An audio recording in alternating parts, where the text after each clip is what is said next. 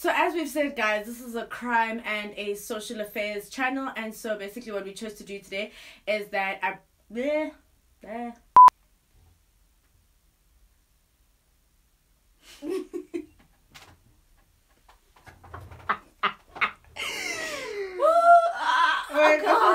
Now it's me.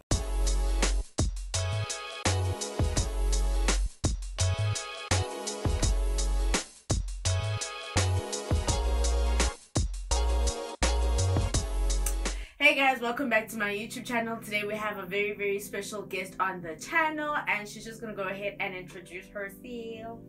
Hi guys, my name is Kopano, Bookholane. I'm 23 years old. I am a Virgo Sun, Scorpio Moon, and Aries Ascendant. Okay, and I'm studying a triple major in politics, philosophy, and economics, and I work in the NGO space. So guys, as you know, this is a crime and a social affairs channel, and so what we decided to do was to bring her on the channel just to talk about the effects that divorce has on children. And just a disclaimer, this is her experience. This is not to say that every single child that goes through that situation will experience what she experienced. So let's dive right into it. So just tell us about your childhood, growing up, what vibes, your siblings, your parents. Okay, so I was born in Parktown. And then we moved to Birch Acres when I was about 1-2, and so I've lived in the area for like a good 21 years of my life. Growing up was like, especially up until the age of 10, it was a typical 2-child household in the suburbs, Model C school vibe, both parents working, being dropped off at crèche. I remember the one time I kissed my dad on his forehead, and he was like, what's happening? So it was also like kind of like growing up in this little space and trying to be like a really cute child, like like there was really nothing much to it, and life was pretty normal. It kind of took a sharp curve when I was 12ish, and that's when you could kind of start seeing things unravel in the house slowly but surely.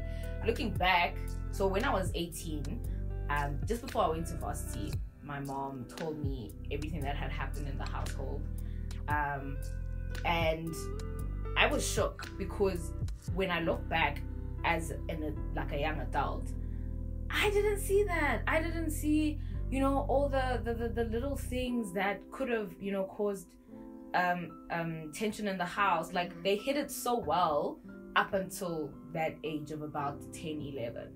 And then it started being a little bit shaky. But I think they did a pretty good job of trying to keep our sanity as children, if that makes sense. And then as a child, do you think it's a common thing to feel like responsible for maybe the fighting in the house or the separation? It is because, so how I kind of started seeing things, so obviously they start fighting about small things. So like this is a stupid example, but like why wasn't the kid fetched, or why was the kid fetched late from school?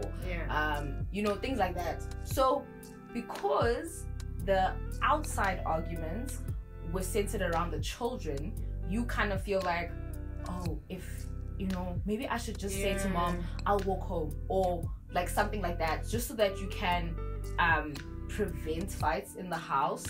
And so it was very challenging, because at the end of the day, this is something way deeper than just you not being picked up from school. It's a whole chat about responsibility. It's a chat about trust inside of their relationship, but she would express it concerning something small. Do you get what I'm saying? So it would be like I trusted you to fetch the child from school at a certain time, but you didn't. And it's not just that, then it's like it unravels now. I trusted you to 1, 2, 3, 4, 5, 6, 7, 8, 9, 10.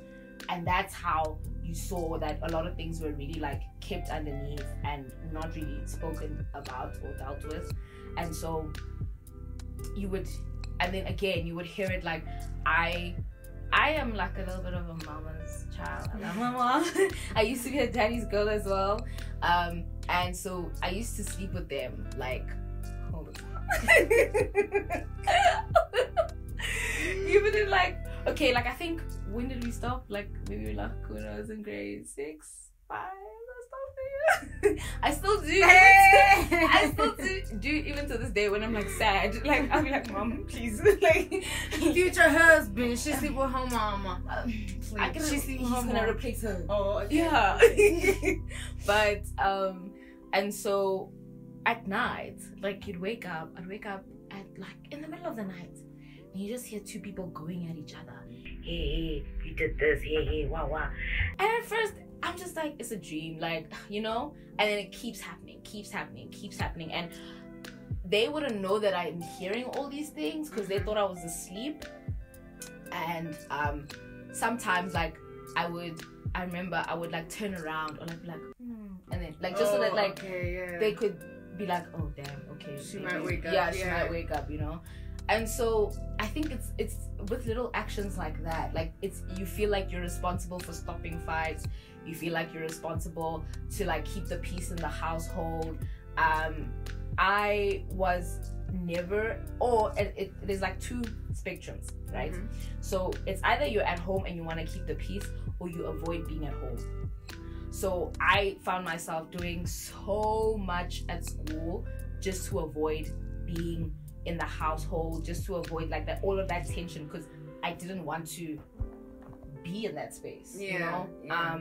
And yeah, so you do feel a certain weight on your shoulders to be the best child possible, so that at least, even if they're fighting, you're not the cause of the argument. So yeah. And then you mentioned you have a younger sister. Did you ever feel like maybe it was your responsibility to explain or try and make sense of like the situation to her? Or did you feel a sense of responsibility that maybe when they're fighting, you take her away from I think situation? As an older sibling, you know, we lightly joke around about like the whole deputy parents situation, but like from a young age, you kind of want to protect your younger sibling. You don't want them to experience the pain that you do. And so I saw it growing up. I would shield her, you know. I would try to, no, it's gonna be okay, don't worry, let's just go play or whatever. But it was also quite difficult because at some point she also started displaying her emotions, and I kind of saw it in the sense that we would get into literal physical fights as sisters. When we look back at it now, it's like, oh my days, like remember that day when you hit me on the chair, like but when you think about it as an adult, it's also like, oh, like she didn't know how to use her words. You're right. You know, she couldn't express, she couldn't say this is hurting me, or like the fact that I don't see dad every single day, I'm not okay with that. So it ended up, it caused a little bit of a rift between us, but now that we're grown, we can like talk, and I'm the talker between us, so I like, if something is wrong, I'm gonna tell you like now. Yeah. Whereas she can be a little bit more closed up, and I mean it's her coping mechanism. I don't blame her for it. We do work on it now as like young adults, but you do see how your relationship develops around protecting the other sibling, and them not being, I want to say, conscious enough, because she was young, so she didn't understand. Like she just thought hore nagamotoenya, like I'm a papela, but really, you know, it was I'm trying to protect you from 1, 2, 3, 4, 5. And then when it got to, okay, I'm not too sure, but okay, when it got to maybe let's say the final day, right? Like maybe it's moving out, whatever the case is, did they sit you down and be like, guys, this is what's going on? Or was it just a hey, ooh, I remember the one time, I remember the one day when it really hit in was when what are those things called that you attach to the back of a car? A trailer. Yes. So he comes in with a trailer, and now he's loading things. I'm like, what the hell? We moving. We moving. What the hell? And then yeah, then it became a daddy loves you chat. Then it's like, I'll see you guys. So it was kind of like okay, cool. I could realize, okay, I'm guessing this is like the end. It was, I mean, I remember us going to therapy as like myself, my sister, and my mom. After he left, like mid. So I won't lie, like that part, as an adult, you kind of try to forget about it, and so a lot of it is quite blurry. Like it just plays into each other, you know. So I remember certain memories, like the trailer day, because that was like a big definitive moment, but like how the sequence of events happened sometimes is a blur. So but we just kind of saw like, okay, that was it.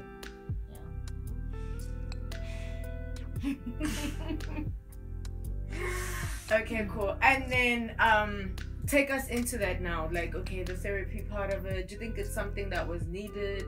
Do you? Because we know like there's some people that don't really believe in like therapy or sitting down to talk to someone else. It's like, I know one thing that comes up a lot is like, what are they going to do about it? Like, there's nothing they can really do to fix the situation. So do you think it was something you needed? Do you think it helped you like in the long run? Or personally, I believe in therapy.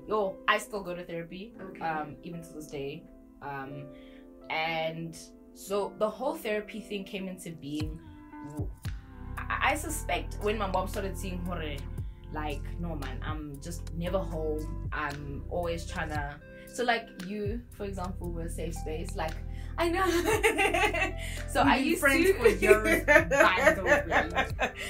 I used to come to your house all the time and like look at your parents, and I'd be like, oh my gosh, she's so lucky. Like, you know, she has that space. So I was lucky enough, first of all, that I did have safe spaces. But secondly, therapy did help a lot. Like, and that's why I can talk about my issues right now. I think if I hadn't gone to therapy at that time, I would have been a very bottled up person. Like, and I wouldn't be able to express my emotions. Now, sometimes it's a little tricky because like now I wouldn't say over emotive, but like I carry my heart on my sleeve. So when I'm not fine, you're gonna see it, you know? And so that's a little difficult for people to deal with, because they're just like, I don't know how to handle this much emotion. But my mom has slowly but surely also like learned to just like give me my space, or if I need to talk, she'll listen or whatever.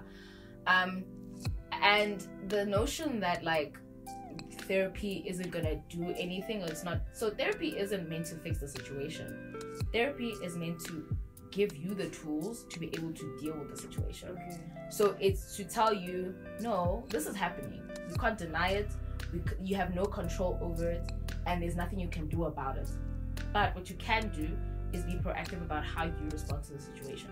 So if somebody says something to hurt you, you won't lash out to them. You'll be like, okay, that person clearly has something going on within themselves, or they're having a bad day. Maybe they're having a bad day. And so for them to lash out at me isn't about me. It's about them and them dealing with whatever they're going through on that day. So that's how it's sort of like kind of helped me over the years to deal with certain situations. I think going into my adult life, it's been, how can I say, it's also been about understanding my triggers and how I navigate the dating world. So in I like things. In high school, I started dating. My mom's gonna watch this. Oh, Jay, we love you, Mom. I love you, Mom. Like, she's cool with it now, but in high school, I had a boyfriend, and when I look back, I hope he doesn't crucify me for this. When I look back, he gave the same type of tendencies that my dad, like, you see it. So, you know, you find yourself in your adult life like, damn, like, maybe that's why I like that bro, because 1, 2, 3, 4, 5, 6, 7 qualities of him displayed that person. And you know what the tricky part is that my dad displayed his best form of love before the divorce, but I ended up falling in love with people that were like him after the divorce. Yo, that's it. So it's like, this is it's so messed up. Like, what a marvel. Oh, it's so messed up. But I've actually never said that out loud, but it really is what happened. You end up finding refuge in, you know, and they don't even know it. Like, at the time, high school, we're all so young. We're all like trying to find ourselves, and people don't understand what they are doing to hurt other people or whatever the case may be. And so shame, like this poor gent, like, you know, homie. Sorry, Jen. These things happen, you know. But I'm able now to be like, oh, Kopano, this is the kind of love you deserve. This is how you deserve to be treated. And I find it not just in a partner, but in my friends and my mom and my sister, you know. So yeah, did I even answer your question? Damn, I forgot the question. Okay, so one thing that I really wanted to know, right, like really, like I think it's something that like in my mind has been there for some time. Is it normal, or is it a thing that maybe kids focus on the absent parent more than the present parent? Like, does the absent parent get more of no because you know what I'm saying? And maybe they can also, so it's like two questions, like intertwined. Yeah, so the first one is do you focus more on the absent parent than you do on the present parent? And two, do you then feel, if maybe you focus on the absent one, do you overcompensate, or do you find yourself, or did you find yourself overcompensating to the one that's absent as opposed to? So in terms of my mom, I found myself being worried about her, and I'm the child. Okay. So it takes you out of a divorce. It takes you out of that childlike state. And I guess that's why now, as an adult, I really enjoy like childish things, like going out for ice cream and sitting outside in the garden and having picnics, and you know, like things that just nourish my inner child and the younger Kopano. Like, oh dude, like you didn't get these things, but like you did deserve them, and you do deserve them now. And so so I found myself worrying about her quite a lot, in the sense that like, oh my gosh, you know, is she coping? What's happening? And I mean, now I know the things that she went through during the divorce, during the custody battle, during the maintenance battle. Like, I know all of that stuff now. I'm just like, oh my days, how are you so strong? Like, how are you still standing? So I really, now as an adult, yes, I applaud her, but as a child, I kind of took on like a bit of an adulty type of role. So I guess that's what happened there.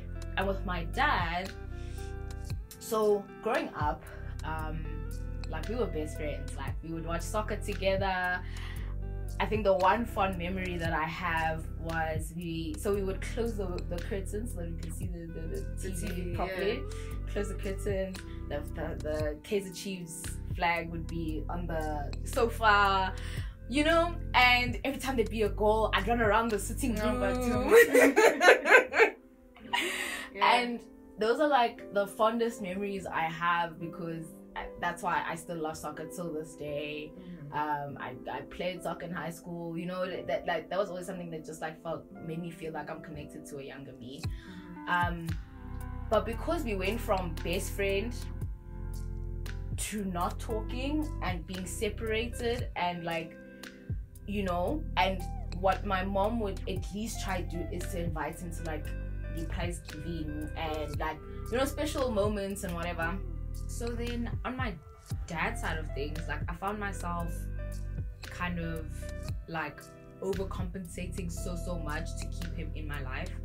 I found like things that I don't enjoy doing, example sports, I would end up doing like scorekeeping, and just so that I could get that accolade on my certificate and say, yeah, you know, all-rounded. When I academics, when I culture, when I sports, when I leadership. Wait, guys, you know that sports we used to get free spur. So it kind of worked in the end, because after the games we got free spur. Like, you got the wings, you got the ribs, you got the nuggets. What was that thing?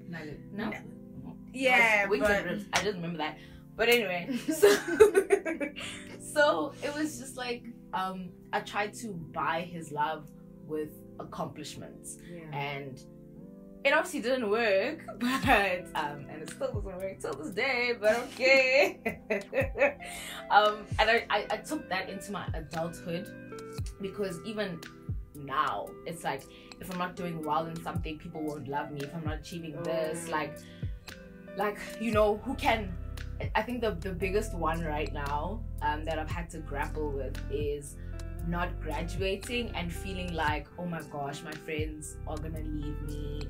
My partner, why would he want to be with someone like me who hasn't graduated? My mom, like, I'm such a burden to her. Like, so that's the type of like thing that you kind of have to. It doesn't end, or for me at least, it doesn't end like once you've kind of realized that, okay, this person isn't going to come back because of accomplishments. You deal with it and you kind of like put it onto the people that are still around you. So yeah, it's been quite like difficult. I'm sorry, I say like a lot, but anyway. It's been quite difficult to remind myself that in everything, in every situation, whatever I'm doing, however I look like, whatever I'm achieving or not achieving, I'm still worthy of love and affection and like companionship and friendship. So yeah. And then I'm not sure if you have any knowledge on it now, but do you know like the stages of a divorce? Because like from what like I would think, right, it's like, oh, I don't want to be with you anymore, sign, and then you take the kids, I'm done, you keep the house, So can you take, if you do know, can you take us through like, okay, so the moment we decide, okay, bruh, this is it. So I don't know like the lawful stuff, but I do know that how my parents went through it. It was the divorce or separation. In the process of the separation, then they filed for divorce. After the divorce, it became then a thing about if you have kids, so it's maintenance and custody and all of that stuff. And then after deciding on like custodial responsibilities, then it's sort of just kind of like adapting into it. So after the assets have been split or not split, depending on whatever you signed before you married, then it's just kind of like just going into the life, like living in it. So understanding that, okay, cool, I can't see my dad every day, or if I want to, I'm gonna have to tell mom I want to see dad. Or if he wants to see us, it's he would contact her and be like, I want to see the kids and so forth. So that's all I know, like in terms of what the progression would look like. But yeah. And then the juicy part. Oh, no, so Jolo, right? So obviously dating or love at that stage where you want somebody. Okay, I don't want somebody. I got him. But okay, cool, right? So obviously as a child you do get to that stage where you'll be attracted to either male or female or both, like whatever it is that you prefer. So firstly, do you feel like did you feel like you would find a good love coming from a situation like that, and or do you feel like okay, no, let me just plain blank. How do you feel about love? Do you believe in love? Do you I'm such a simp, so anybody who knows me knows that I love. I love. I love rom-coms. I'm just such a very mushy person. And you'd expect that, I'd be like, nah, boy, like I'm not trying to get body. Ironically enough, my sister and I are quite like opposites in that sense. So like I'm like super mushy, and like the moment I try to hug her, she's like, what are you doing? Like don't do this. Don't do that. So yeah, but I still believe in love. I still believe in finding a person that you can share your life with, that you can build a life with, and so yeah, I think over time you kind of just, or for me, it was always like my biggest fear rather is not necessarily finding love, is finding love in the wrong person and ending up in a divorce. And Lord knows, like my biggest prayer is that God forbid, even if it had to happen, I would prefer that there weren't any children involved. So like, hopefully we don't have any children, because I think as an adult, you are better equipped to deal with any form of situation. Yes, a divorce is kind of like heavy, but it's kind of like a loss, you know. It's, so you grieve. Yeah. Exactly. So you understand that, and you understand that this is not going to last forever. Whereas as a child, you don't have a comprehension of things don't last forever. So pain doesn't last forever. Like whatever situation you're in, it doesn't last forever. You will grow, you will continue, things will get good again. So yeah, I still, I'm such a simp. Like I'm such a lovey-dovey person. And like it's actually it's quite ironic because a lot of my friends for some odd reason aren't like super mushy like I am. So it was just like, what's going on, dude? Like, stop. So yeah, I still very much believe in love. I don't believe in having one soulmate. I know this is very tricky and this is a little bit off topic. Yeah. I do feel like if everybody had one soulmate, then like the whole world would be like messed up. I really still think maybe my mom could meet someone. Like I know it's weird. I still believe, it's just that some soulmates are able to grow with you and adapt with you, and those are the ones whose marriages last, and but yeah. And then why do you think, like, when it comes to maybe like divorce and like parents and stuff like that, why do you think so much of the focus is on the parents themselves, and then like when that's done we just we move? Like why do you think more of the focus when it comes to maybe a divorce is okay, the kids? Because I feel like it's kind of like that. I don't want to make it a race thing, but it's more of that thing of like, yes, that's exactly that. You get it? Yeah. So kids are considered to not have emotional intelligence. So people think like, no, she can't even see what's happening, and they can. Children can feel vibes from a very young age. That's true. Like they can feel vibes. I even think from even like, once they are over 3 months in the womb, like they can start reacting to things and stuff like that.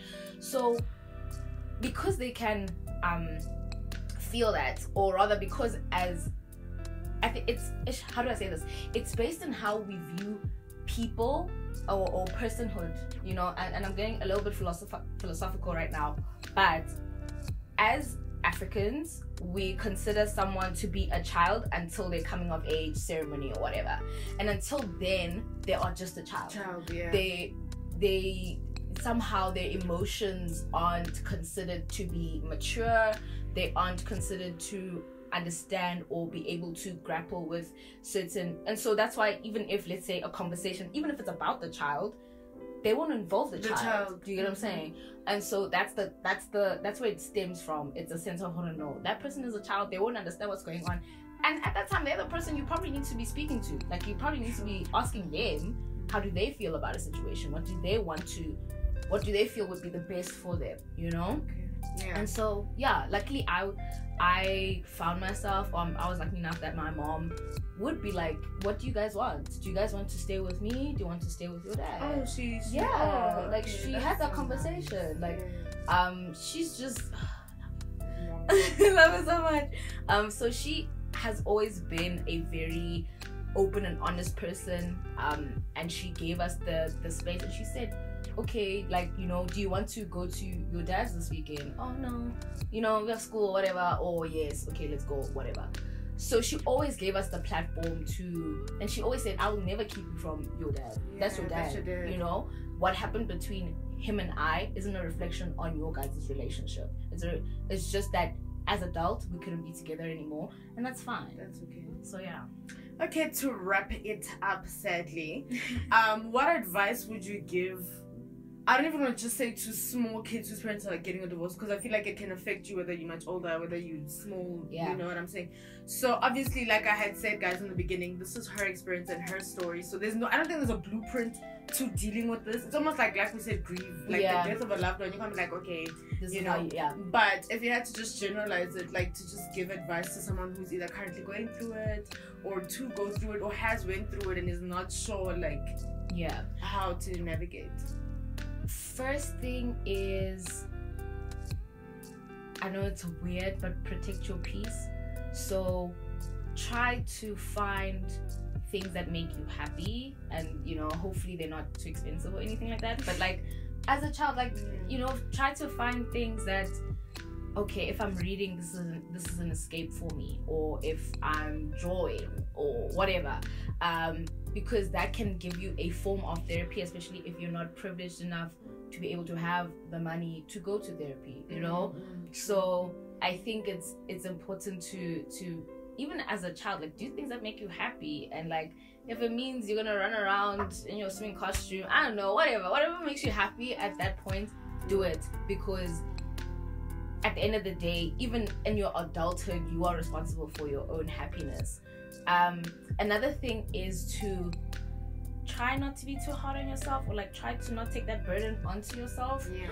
I know it's difficult because everything is happening, so you kind of feel like you have to be at the forefront of fixing the situation. There's nothing you can do to fix a broken marriage between two adults as a child, and you know, it's kind of contradicting what I just said about, like, you know, children not having emotions, but in the sense that you cannot process those emotions that the parents are going through. Yes, as a child you have your own, and like, you're sad or whatever, but like, those things are so big, you cannot, there's no way you can take on whatever your mom and dad is feeling.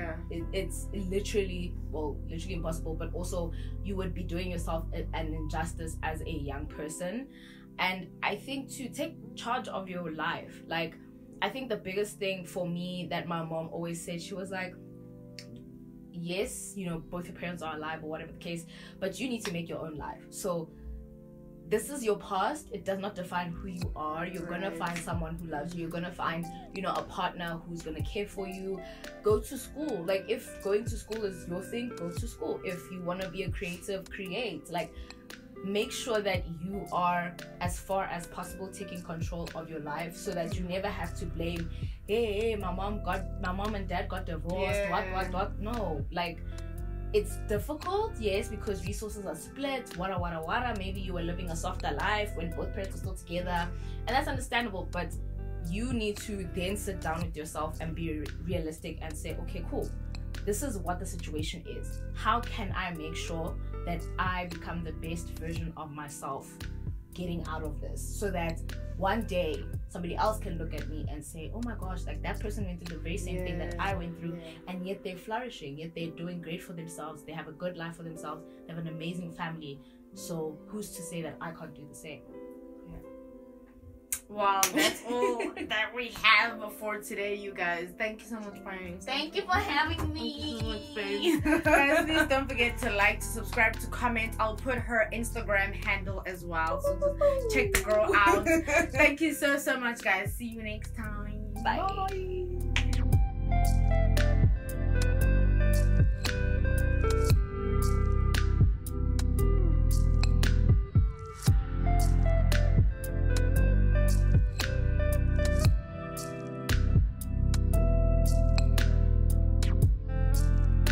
I'm done. Let's get Bye, y'all. Thanks, guys.